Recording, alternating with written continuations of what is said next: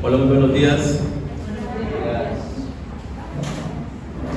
Quiero leer una porción de un artículo.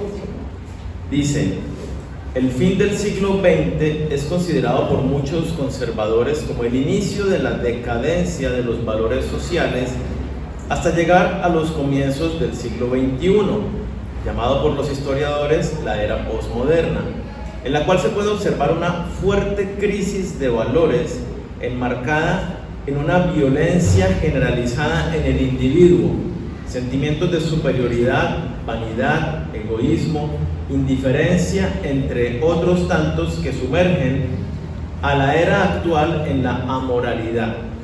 El hombre posmoderno ha abandonado las enseñanzas de sus antepasados y decide vivir su presente con una actitud despreocupada. La ausencia de valores es una suerte de pandemia que viene desde hace tiempo generando muchos de los males que enfrentamos como sociedad.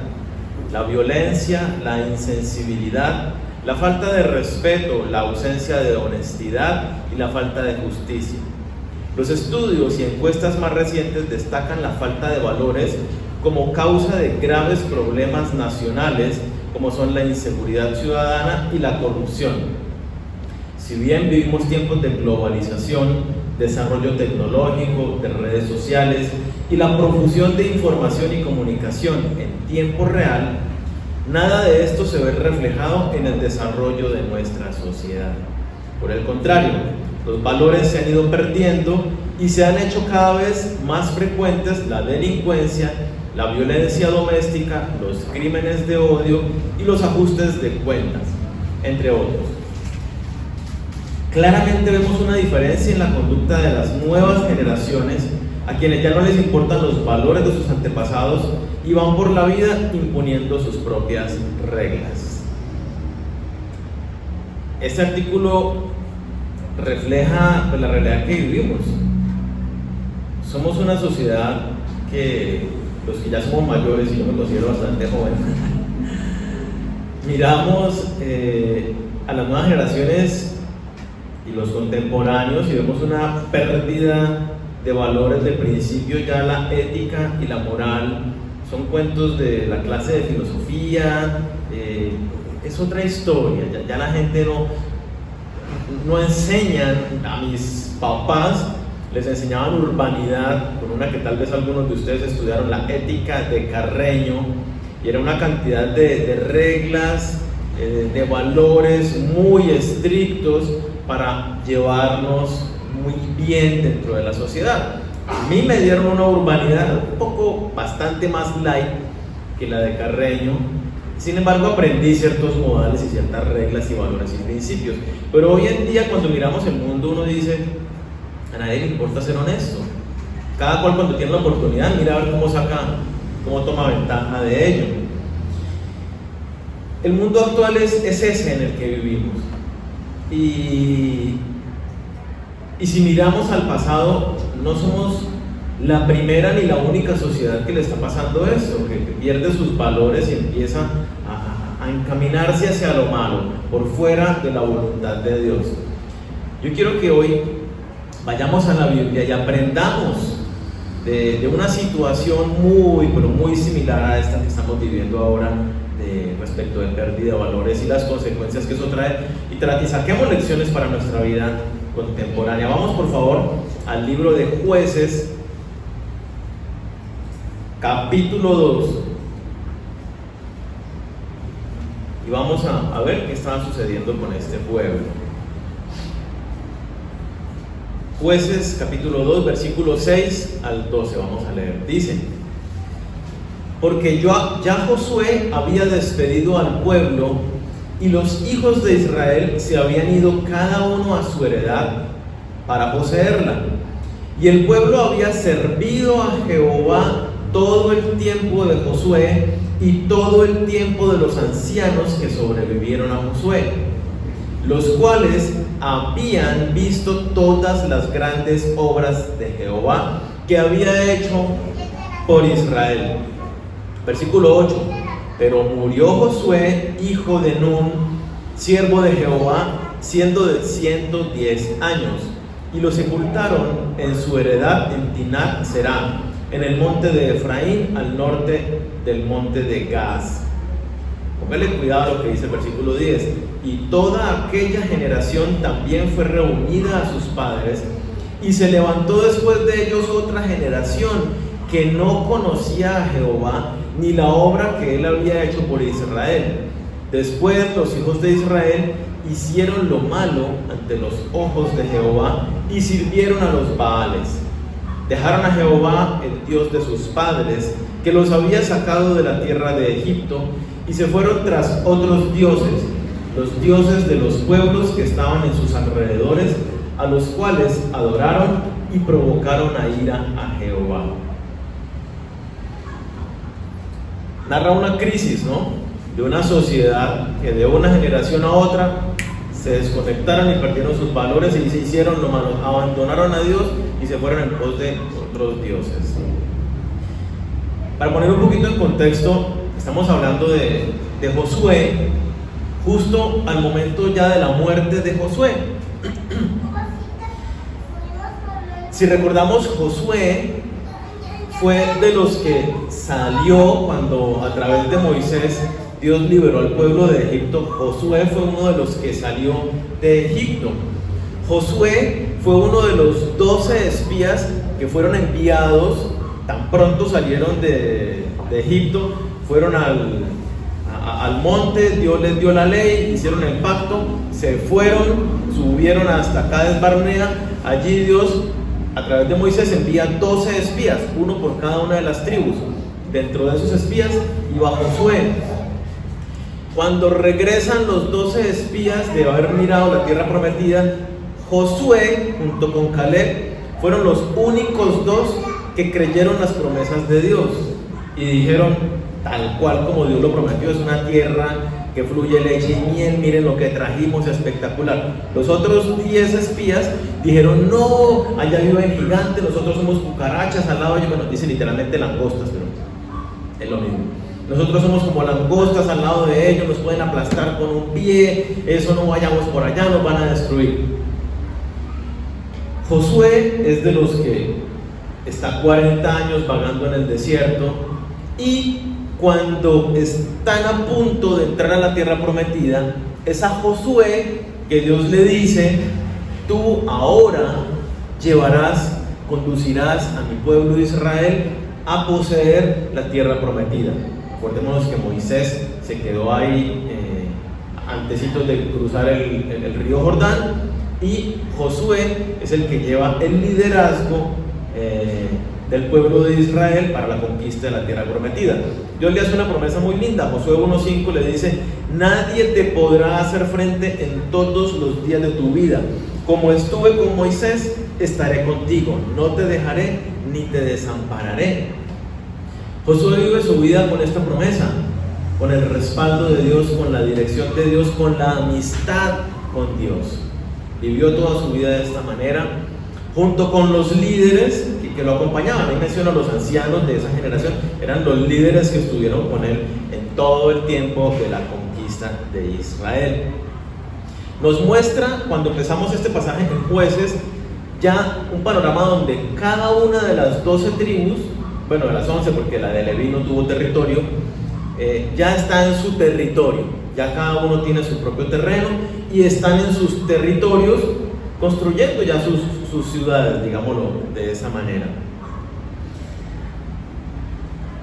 Durante todo el tiempo de la vida de Josué, es muy específico el pasaje, nos dice que todo Israel que hizo, sirvió a Jehová. Versículo 7, quiero leerlo ahí donde estamos en Josué. Dice, el pueblo había servido a Jehová todo el tiempo de Josué y todo el tiempo de los ancianos que sobrevivieron a Josué, los cuales habían visto todas las grandes obras de Jehová que él había hecho por Israel. Muy bonito porque este pasaje nos muestra una generación que conocía a Dios, una generación que amaba a Dios. Esta generación que nos está comentando aquí los ancianos y Josué estuvieron sentados a la falda del monte Horeb, donde Moisés les repitió la ley, les leyó la ley por segunda vez antes de que entraran a la tierra prometida y les recordó, que es lo que encontramos en el libro de Deuteronomio, es la lectura de la ley, el repaso que Moisés les hace al pueblo de Israel antes de que entren ya a poseer la tierra. Ellos estuvieron ahí, sentados a los pies de Moisés, escuchando todo lo que Dios había mandado. Estos hombres fueron hombres que vieron la columna de fuego de noche que los guiaba, la nube de día que los guiaba también, vieron cómo todos los días el alimento caía del cielo, vieron cómo el agua cuando tenían sed salía de la roca. Ellos experimentaron durante 40 años, no se les gastó la ropa ni se les acabó el calzado, sino que con la misma ropa y el mismo calzado para 40 años les aguantó.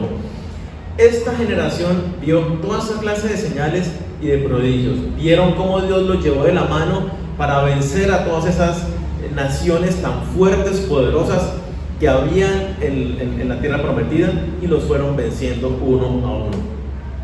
Fue una generación que definitivamente conoció a Dios, fue una generación que vio el cumplimiento de las promesas que Dios les había hecho.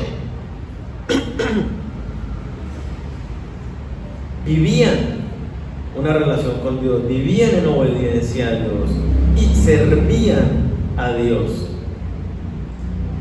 Pero después de ellos vino otra generación.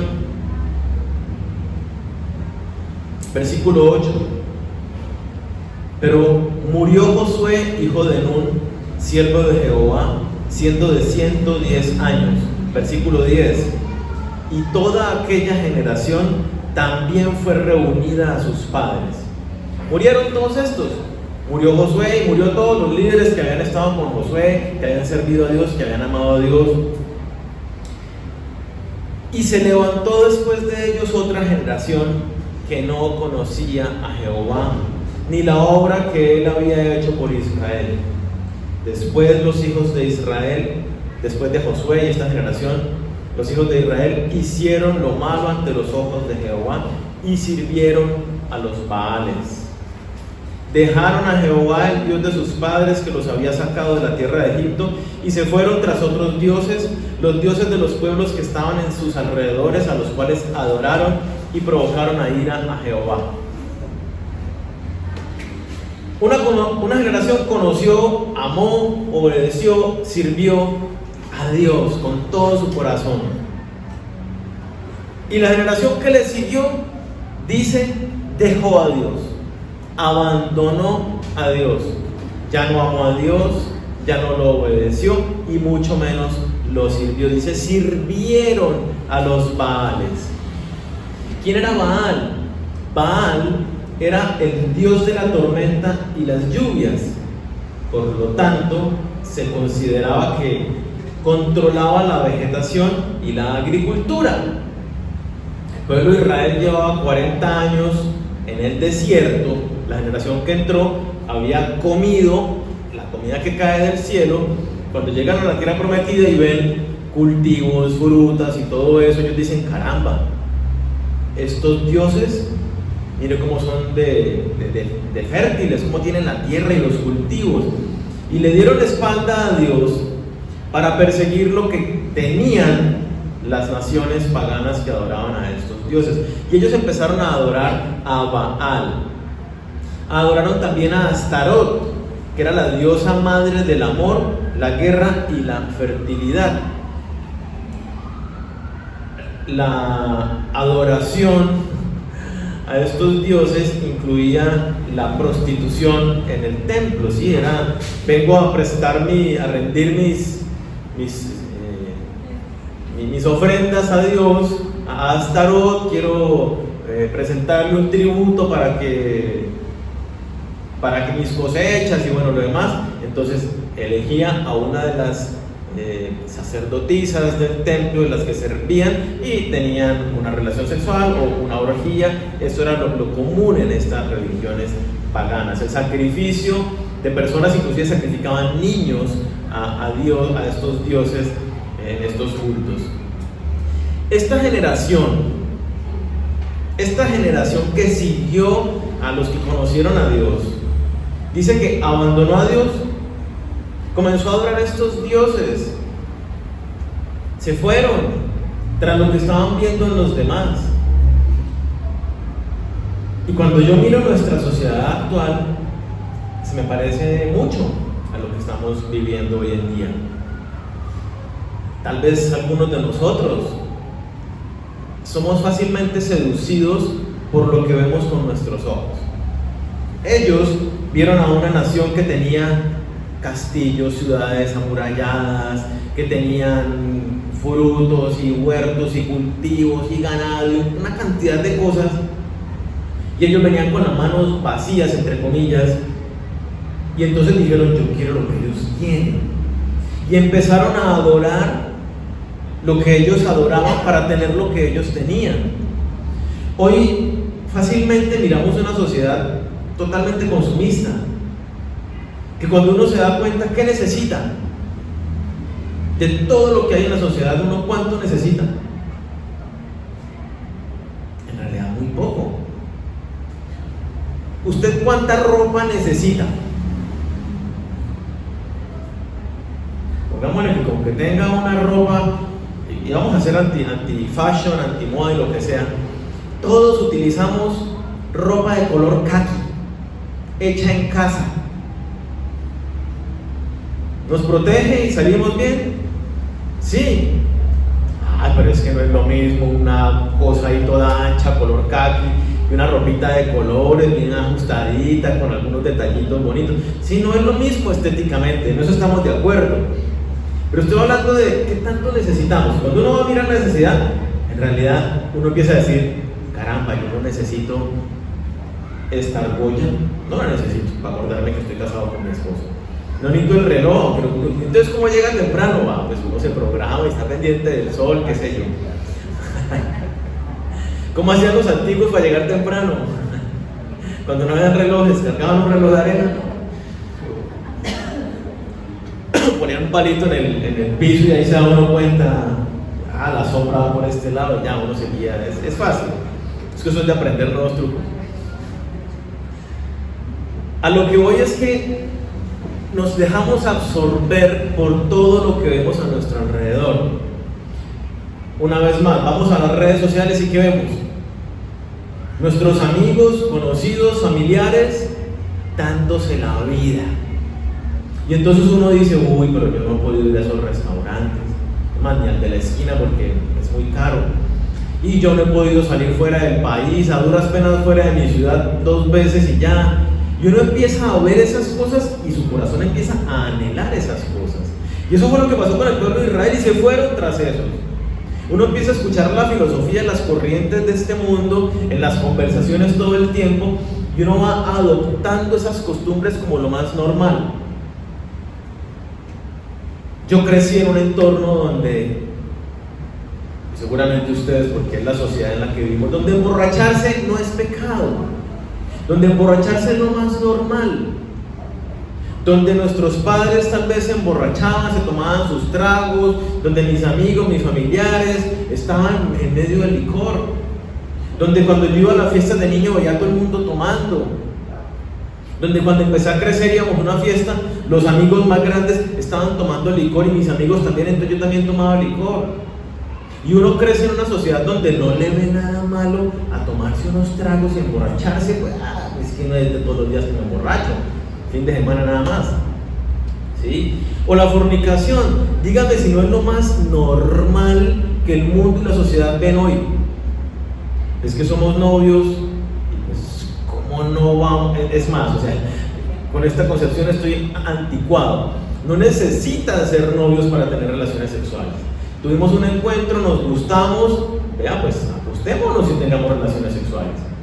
Es lo más normal en la sociedad actual. Es más, la tecnología funciona para eso. Hay aplicaciones donde, nos empatamos, listo, nos encontramos y ya la gente sabe que se van a encontrar es a tener relaciones sexuales. Ni siquiera intentar conocerse, a ver cómo las llevan, no. Ya me gustó la foto, le gustó mi foto, listo, vamos a lo que vamos. Ese es el mundo de una. Ese es el mundo en el que vivimos hoy en día. Todo es muy normal. Y para muchos cristianos inclusive, ven tantísimas cosas que se presentan allá afuera. Y cuando digo cristianos, es gente que de pronto creció recibiendo información de Dios, conociendo en un contexto de iglesia,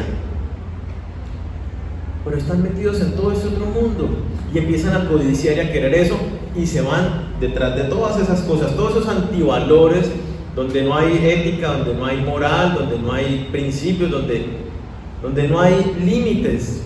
Yo simplemente hago lo que quiero. Tal vez algunos lo hacen por el hecho de ser aceptados por los demás. Entonces yo no digo qué pienso, yo no digo lo que dice la palabra de Dios, es más, ni me importa. Yo opino lo mismo que todos los demás. ¿Por qué? Para ser aceptado, que no me digan troglodita, que no me digan fanático, que no me digan cualquier cantidad de cosas que me quieran decir. Otros lo harán simplemente por el placer, porque las cosas del mundo son atractivas, son placenteras, entonces dicen, yo me voy detrás de eso, y se van. Igual que esta generación de Israel se fue en pos de otros dioses para servirlos. Nosotros fácilmente nos vamos en pos de otras cosas para servirlas, para servirnos a nosotros mismos. Nos convertimos en dioses para darnos lo que queremos, lo que necesitamos, lo que anhelamos.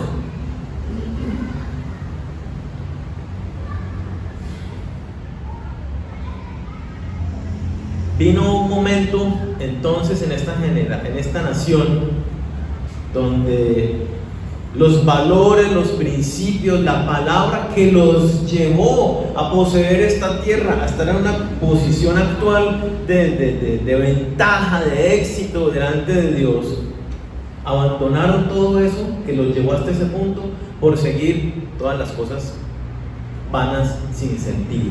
Adorar a dioses sin vida, muertos, adorar estatuas y cualquier cantidad de cosas.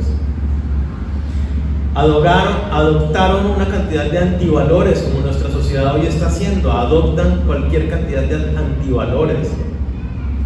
Asumen como verdaderas todas las mentiras que está enseñando la sociedad actual, que van clara y directamente en contra de la verdad de Dios. Alguna persona dirá, ¿qué tiene de malo hacer mi propio camino? ¿Qué tiene de malo si la sociedad y la cultura cambian, que esos valores, esos principios morales, entonces los adaptemos y los ajustemos a nuestra situación actual? ¿Qué tiene de malo que yo siga mi propio camino, haga mis propias reglas para buscar mis propios sueños?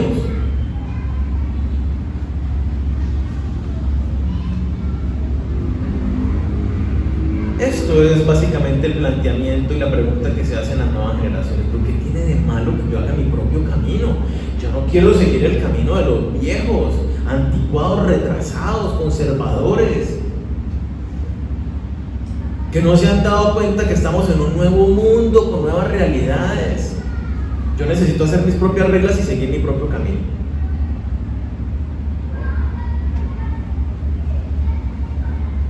Y eso es lo que estamos viendo hoy en día. La voz de nuevas generaciones que dicen, yo no quiero lo mismo que mis papás. Esa vida ahí tan conservadora, mi mamá se aguantó, mi papá toda la vida, ese señor tan cansón. Y eso es lo que muchos están planteando. Yo no quiero seguir esas reglas y quiero hacer lo mío propio. Hoy, ¿qué se premia en la sociedad? El que toma el atajo, al que toma ventaja de cualquier oportunidad. ¿Cómo le llamamos? Ese sí es avispado, ese sí es vivo, astuto ese personaje. Y eso es lo que como sociedad se premia.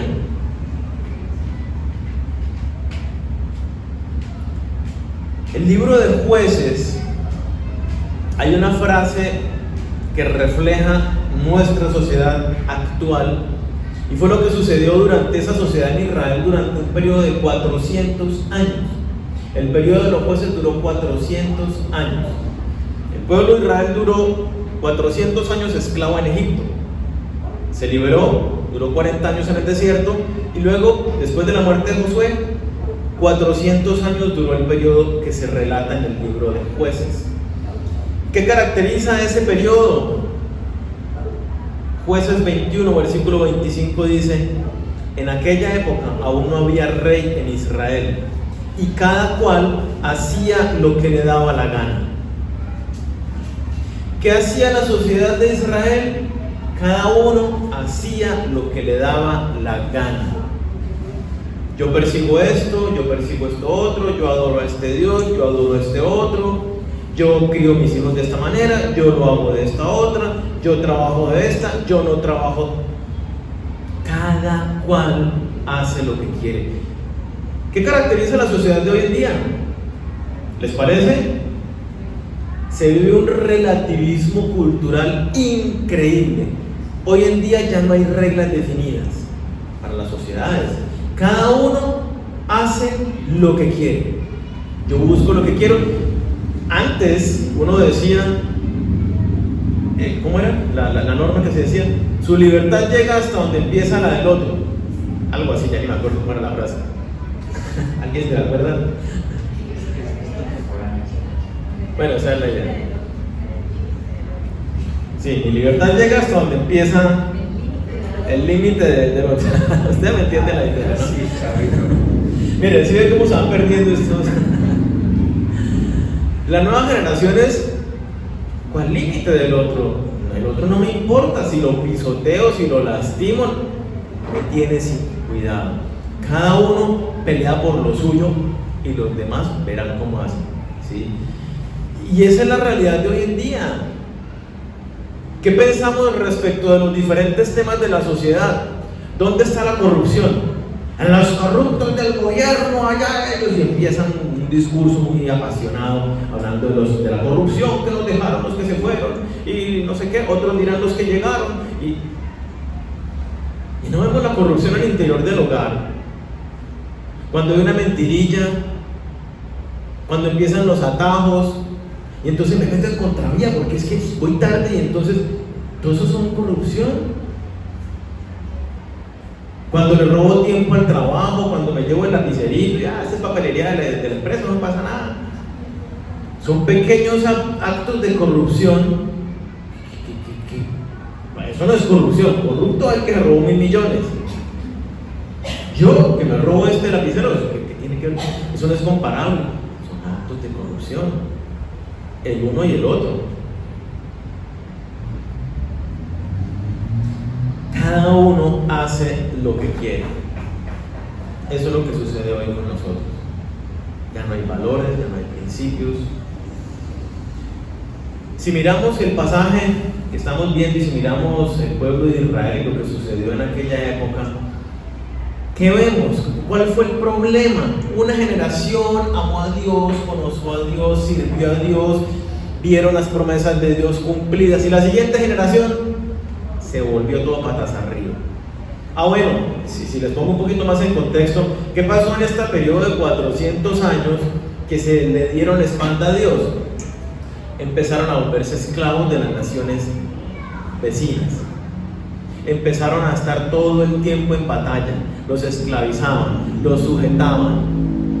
Y entonces se levantaba un varón de Dios o una mujer de Dios como juez, que amaban a Dios, que seguían a Dios, que servían a Dios, y durante el tiempo que este juez vivía, liberaba al pueblo, guiaba al pueblo hacia Dios, pero moría el juez y volvían todos a lo que les daba la gana, a seguir y adorar a otros dioses. Y si no estaba esta persona dándoles correa a todos, no caminaban derechito. ¿Qué pasó entonces? Porque esa siguiente generación no quiso seguir a Dios y prefirieron estar en medio de todas esas condiciones tan terribles. Versículo 10. Toda aquella generación también fue reunida a sus padres, y se levantó después de ellos otra generación que no conocía a Jehová, ni la obra que él había hecho por Israel. ¿Cuál fue el problema? Que la generación que amó, y aquí no vamos a ser como los psicólogos, echarle la culpa de todo a la mamá, a los papás, ¿cierto? El problema es que la generación que amó a Dios, que obedeció a Dios, que conoció a Dios y sirvió a Dios, no le enseñó a la siguiente generación la palabra de Dios. Esta generación fracasó en guiar a sus hijos a amar a Dios, a seguir las verdades de Dios, a servir a Dios. Este fue el fracaso de esa sociedad y es el fracaso de nuestra sociedad. No se está enseñando la palabra de Dios, no se está modelando y enseñando a las nuevas generaciones a amar a Dios, a obedecer a Dios, a servir a Dios. A duras penas a las nuevas generaciones se les dice vayan a la iglesia,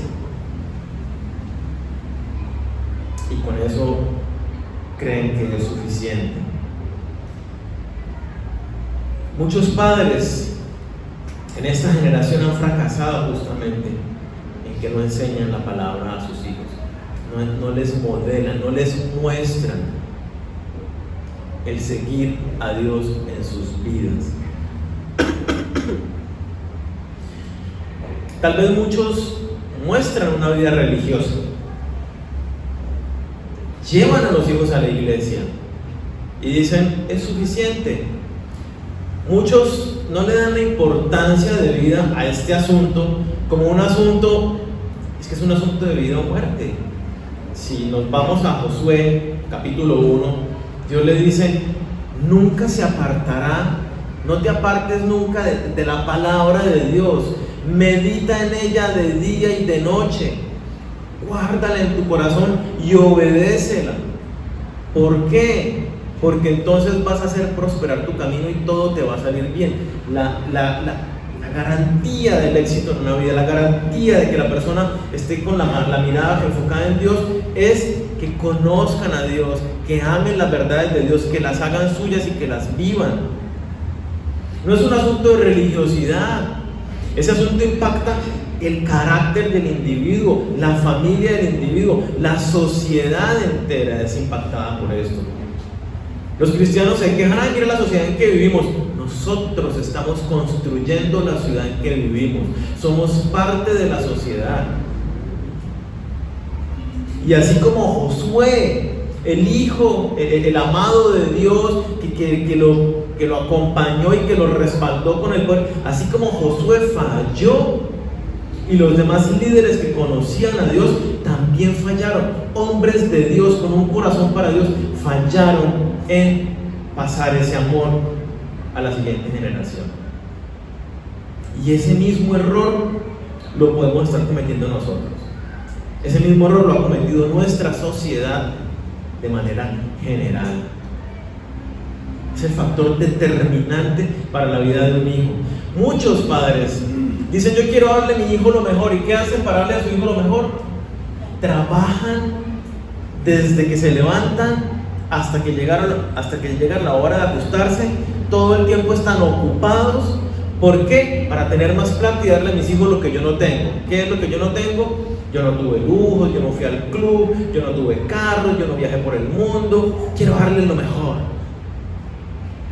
Lo mejor es que sus hijos estén con usted, que usted comparta tiempo con sus hijos, que usted se siente y les hable y les enseñe las verdades de Dios, que se las modele, que usted saque tiempo para ir a la iglesia y venga con sus hijos. Si usted no lo hace, no hay coherencia en el mensaje, no le dan la importancia. Este mandato de enseñar a los hijos está en el centro de la ley de Dios. Yo quiero que me acompañen a Deuteronomio capítulo 6. Deuteronomio capítulo 6 versículo 4. Y esto está dentro de algo que los judíos repiten todos los días como un rezo sagrado. Dice en esta porción de la escritura que vamos a leer ahora, Deuteronomio 6 versículo 4 al 9. Mira lo que dice: oye Israel. Esto recuerda lo que les decía. Moisés le está repitiendo la ley de Dios al pueblo que va a entrar a la tierra prometida, donde van a encontrarse con cualquier cantidad de tentaciones. Oye Israel, Jehová nuestro Dios, Jehová uno es.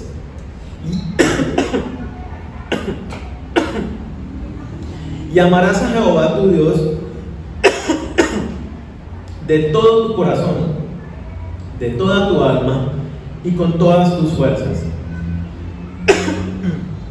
Y estas palabras que yo te mando hoy estarán sobre tu corazón, y las repetirás a tus hijos, y hablarás de ellas estando en tu casa, y andando por el camino, y al acostarte, y cuando te levantes, y las atarás como una señal en tu mano, y estarán como frontales entre tus ojos, y las escribirás en los postes de tu casa y en tus puertas. Es el primer mandamiento de la ley de Dios. Es este.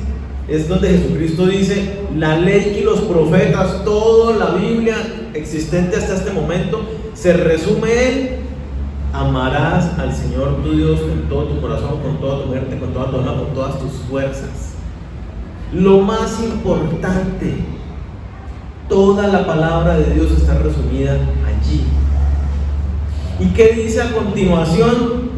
Dice: estas palabras que yo te mando, ¿dónde estarán? ¿Dónde? ¿Qué dice el pasaje? Estas palabras que yo te mando hoy estarán sobre tu corazón. ¿Qué nos dice Dios a nosotros hoy? Oye, la palabra contenida en la Biblia, la palabra de Dios, no debe estar ahí guardada en tu celular, en la Biblia muy bonita. Debe estar acá, habitar en tu corazón, llenar tus pensamientos. Lo que tú hablas, hacia donde tú te diriges, es gobernado por la palabra de Dios que habita en ti. Entonces el Espíritu Santo te dirige y te guía conforme a su verdad. En primer lugar, necesitamos nosotros amar la palabra de Dios, estudiar la palabra de Dios, atesorar la palabra de Dios. ¿Qué cosas tú valoras? ¿En qué tienes tu mirada puesta en este tiempo? Un nuevo trabajo, un viaje, una persona, una relación, un objeto que quieres comprar. ¿En qué está puesta tu mirada? En primer lugar, nuestra mirada tiene que estar puesta en la palabra de Dios. Acá, el centro, que guíe nuestra vida en todo lo que hacemos. Si no es la palabra de Dios, por eso pasa lo que pasa como sociedad. Nuestros valores vendidos, sin principios, con temor a hablar la palabra de Dios en medio de otras personas y exponer nuestra perspectiva. Entonces, en primer lugar, palabra de Dios guardada en nuestro corazón. Pero después de eso nos dice: oye, lo más importante, ¿qué es? Versículo 7, por favor, leámoslo juntos. Y las repetirás a tus hijos, y hablarás de ellas estando en tu casa y andando por el camino y al acostarte y cuando te levantes. ¿Qué tenemos que hacer con la palabra de Dios? Quedárnosla para nosotros solamente en nuestro corazón. No. Dice: ahora, como tú tienes guardada la palabra en tu corazón, tú la puedes enseñar. No la puedes. La tienes que enseñar a tus hijos, y esto lo haces en tu casa. Esto lo haces en el camino. Todo momento, todo es una buena oportunidad para que tú hables la palabra de Dios. Universidad, trabajo, vecinos, hogar. Hablar la palabra de Dios. Es tentador dejar la tarea de enseñar la palabra de Dios a otros. No, yo llevo a mi hijo a la iglesia y que allá le enseñe. No, yo metí a mis hijos en un colegio cristiano, los que lo hacen. Los que no, pues ni modo. Entonces allá le enseñan la palabra de Dios. La responsabilidad no es del profesor en la iglesia, no es del profesor en el colegio, no es de los pastores. La responsabilidad recae directamente sobre los papás de enseñarle la palabra de Dios. Es lo que dice: repite estas palabras a tus hijos. Si tus hijos no conocen la palabra de Dios, se desvían, se dejan enredar con cualquier filosofía. Dice la palabra en Efesios 4, dice: Dios quiere edificar a la iglesia para que la iglesia no sea llevada por cualquier viento de doctrina. Pero si los hijos no son enseñados, instruidos en la palabra de Dios, obvio, aprovechando los espacios de la iglesia, pero sobre todo por sus padres en sus casas, pues van al colegio, van a la universidad, salen al mundo del trabajo y se los come la sociedad y todas las filosofías y todos los caminos cerrados que plantea hoy el mundo. Si ni levantamos nuestra mirada y vemos la sociedad, ¿qué decimos? ¿Que la sociedad conoce la palabra de Dios y vive conforme a ella? ¿Ustedes qué piensan? No es cierto. Nosotros somos sociedad y tenemos que enseñar la palabra de Dios, así que también tenemos que decir, caramba, yo a veces me parezco a los de la sociedad más que a los hijos de Dios. Me meto igualito en sus conductas. Enséñalas en tu casa. ¿Dónde enseñamos la palabra de Dios? Pensé que me iban a gritar, ¡en mi casa! ¿Dónde enseñamos la palabra de Dios? Pero con esas ganas no van a enseñarle en ningún lado. ¿Dónde enseñamos la palabra de Dios? No, en mi casa. Digamos primero en mi casa. En mi casa. Bueno, ¿dónde enseñamos la palabra de Dios? En mi casa. ¿Sí? Bueno, gloria a Dios por eso. En la casa. En la casa tenemos que estar enseñando la palabra de Dios.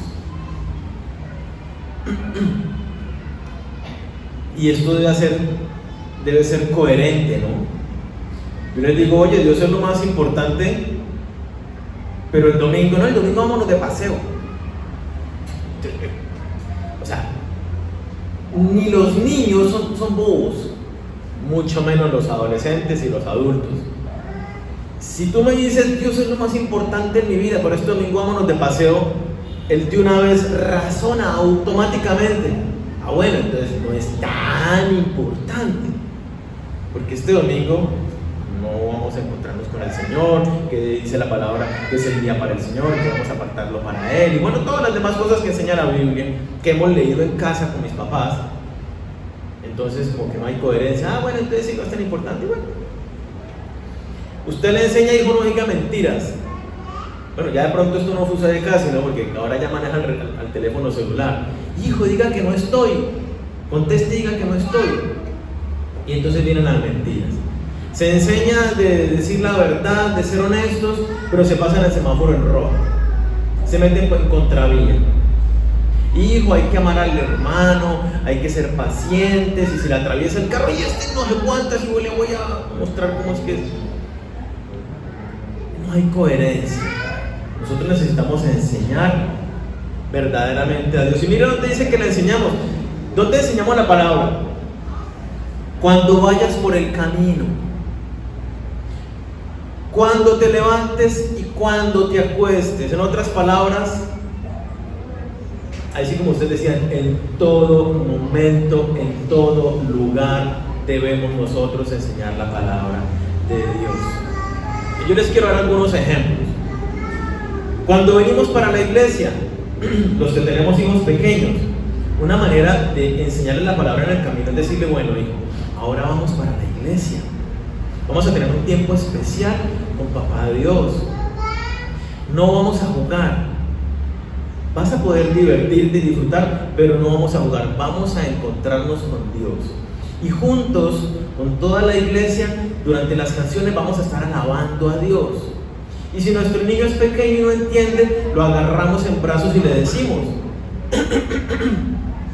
lo que le estamos cantando a Dios es esto, que Él es nuestro buen pastor, nosotros somos como ovejitas y Él nos cuida, y Él nos alimenta, y Él nos sustenta. Y entonces digámosle a Dios, Señor, yo soy tu ovejita y tú eres mi buen pastor, gracias. Y le vamos enseñando. Es una manera de enseñar a nuestros hijos que entiendan que Dios es primero, que aquí no es estar jugando, sino que es adorando a Dios, es alabándolo, que empiecen a conocer esas cosas. Es un tiempo especial, hay mucho más tiempo para jugar. Cuando están arriba en el salón, va a haber momentos de aprendizaje y otros momentos de juego. Bueno. Otra oportunidad, vas con tu hijo, adolescente o pequeño, y pasa algo que te hace salir de casillas y explotas con ira. Es una buena oportunidad para que le digas a tu hijo: hijo, mira, yo me acabé de equivocar, hice lo malo. Dios me dice que si me da rabia, que yo tenga cuidado y no peque.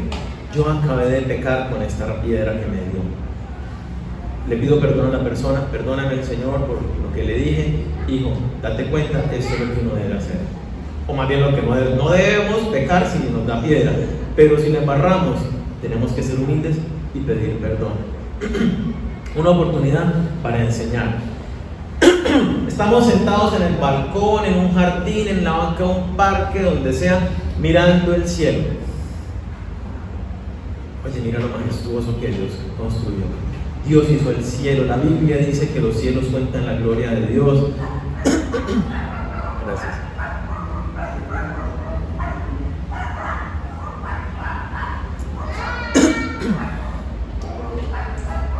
Y entonces le dimos: Dios hizo todas estas cosas maravillosas con su palabra. Dios dijo: sea el sol, igual se creó el sol. Es más, la palabra dice que todo en el mundo hoy se sustenta con la palabra de poder de Dios.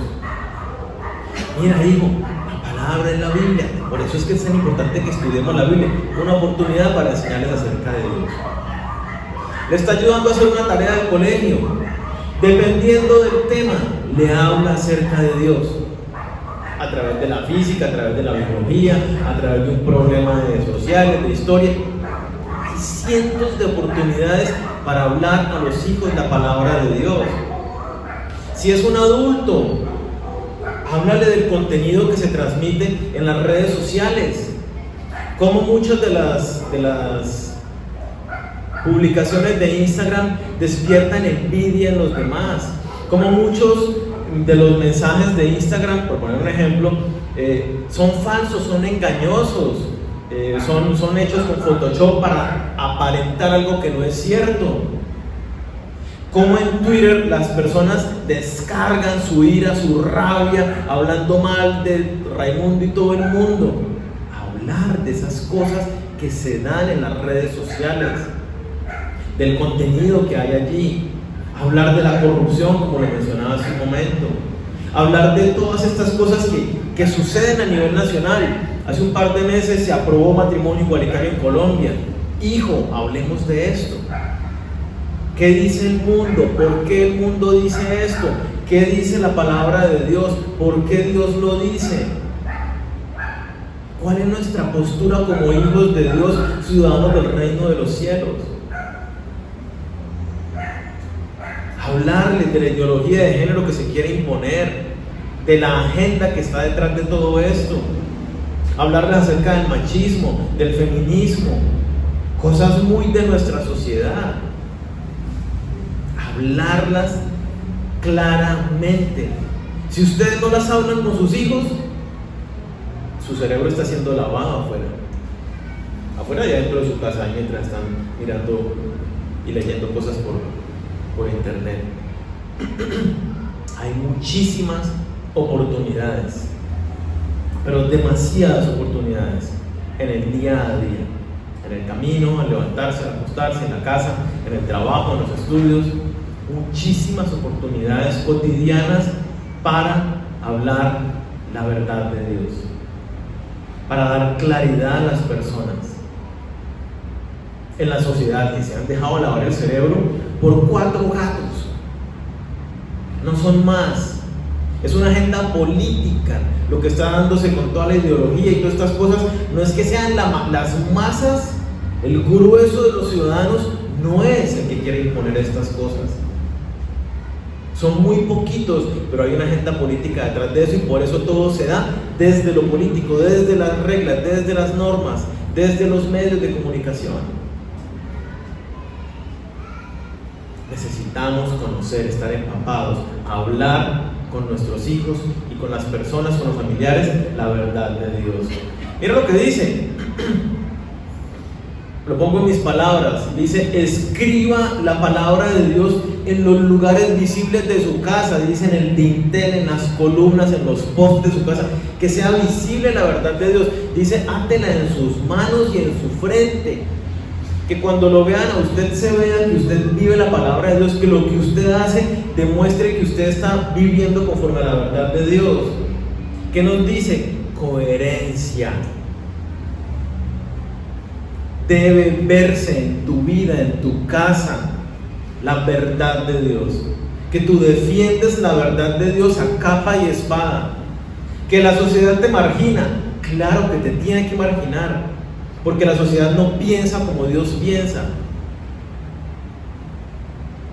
Y nosotros no pensamos como la sociedad. Entonces, necesitamos meternos cada día más en las verdades de Dios. Necesitamos nosotros ser esos agentes que cumplimos a cabalidad el mandato de Dios de llevar la palabra a las nuevas generaciones. Sus sobrinos, sus nietos, sus hijos adultos, otras personas que usted conozca. Cada situación es una oportunidad para llevar la palabra de Dios y que podamos marcar la diferencia, empezando de a poquito. Yo los invito a que sigamos el ejemplo de un hombre. Vamos en la Biblia a Hechos 16.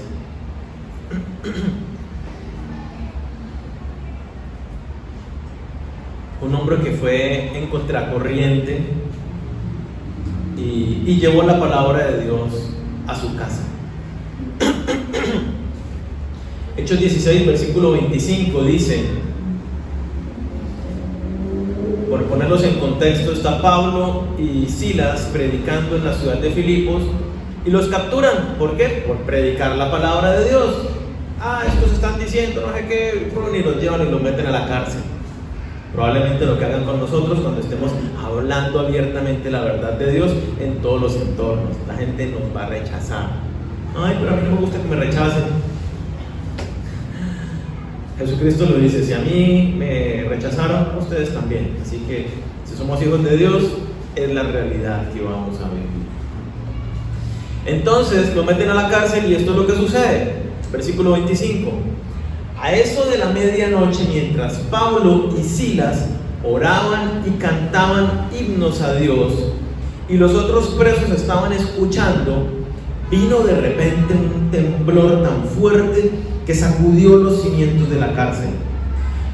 En el mismo momento se abrieron todas las puertas y a todos los presos se les soltaron las cadenas.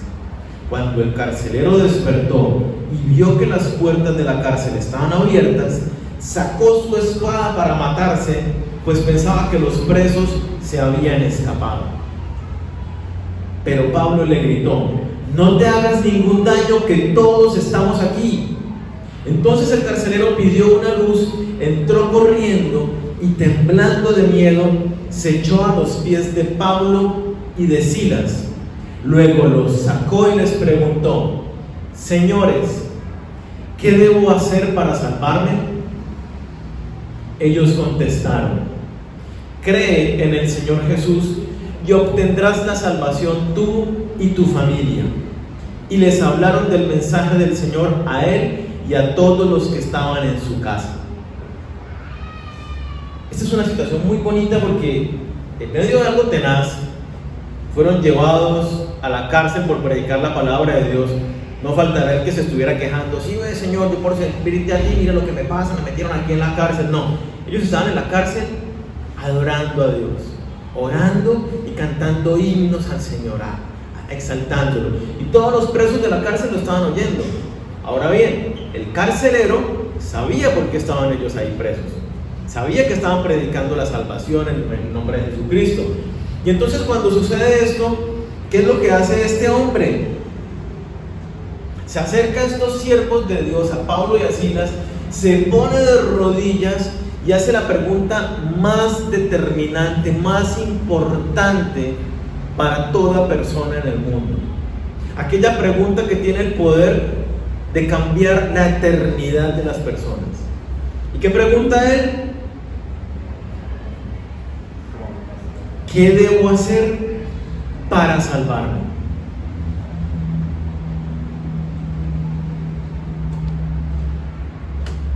¿Qué responde Pablo?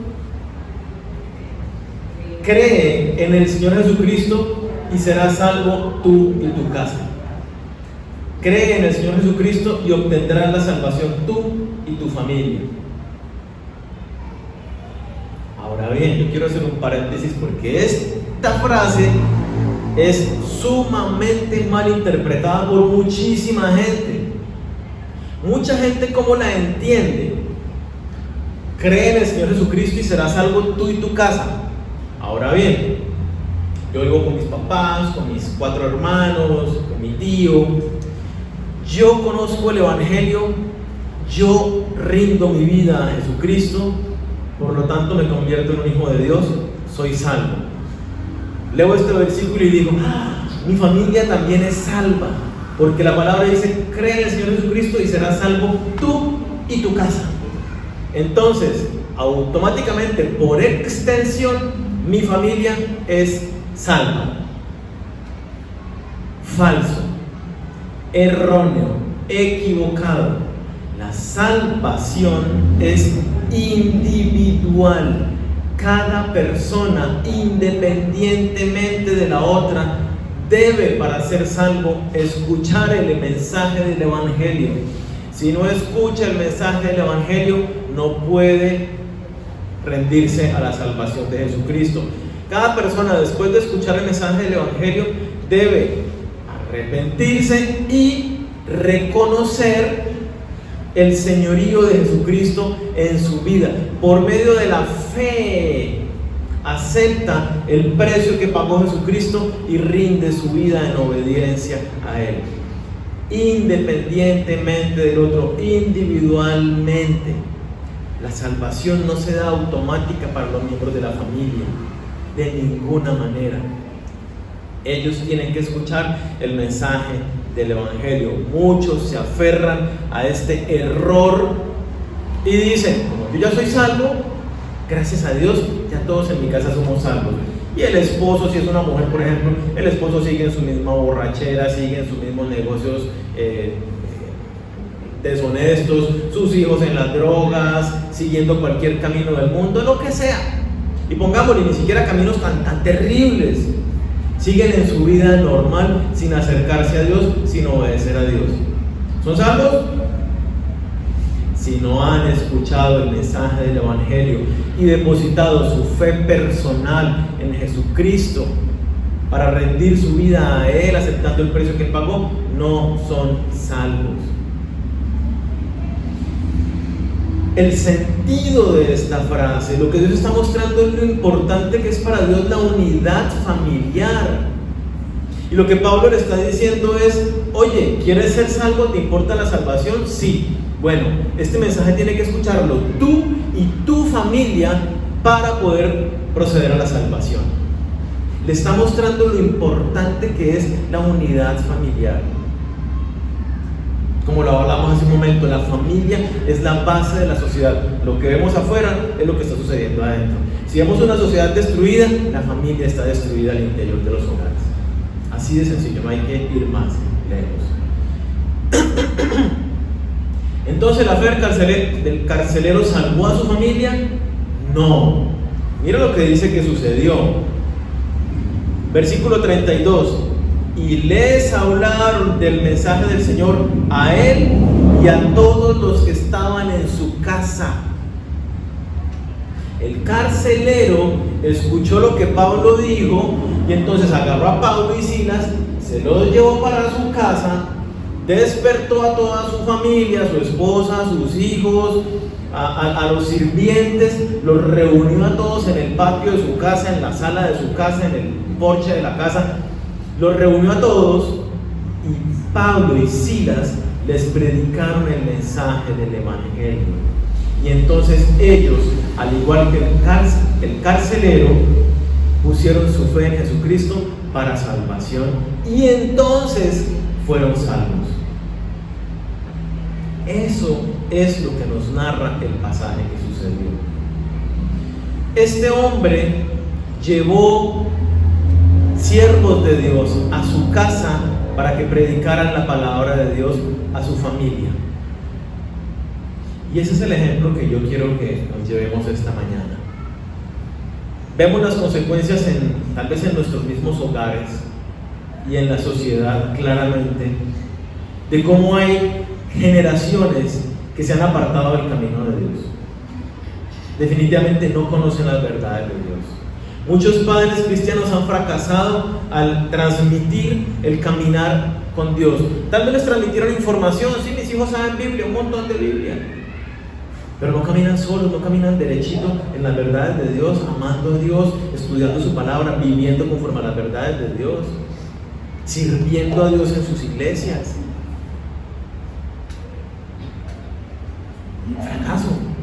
Fracaso terrible que nos tiene como estamos. Y para las vidas de nuestros hijos, pues peor aún, que uno anhela lo mejor para ellos. Necesitamos empezar a cambiar esto ahora. Necesitamos llevar la palabra de Dios a todas partes, empezando por nuestros hogares. Estudiar la palabra.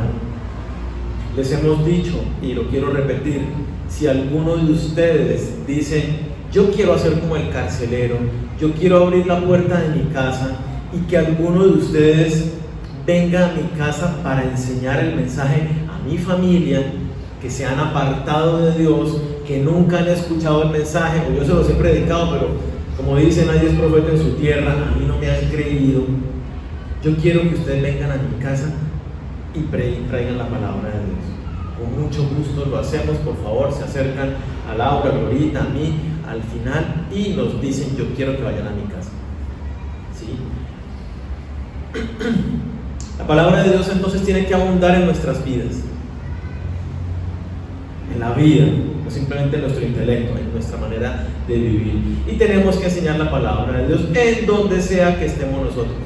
Ahora bien, si alguno dice: yo quiero llevar la palabra a mi oficina, y quiere que alguno de nosotros vaya y hablemos con la gente, con mucho gusto lo podemos hacer.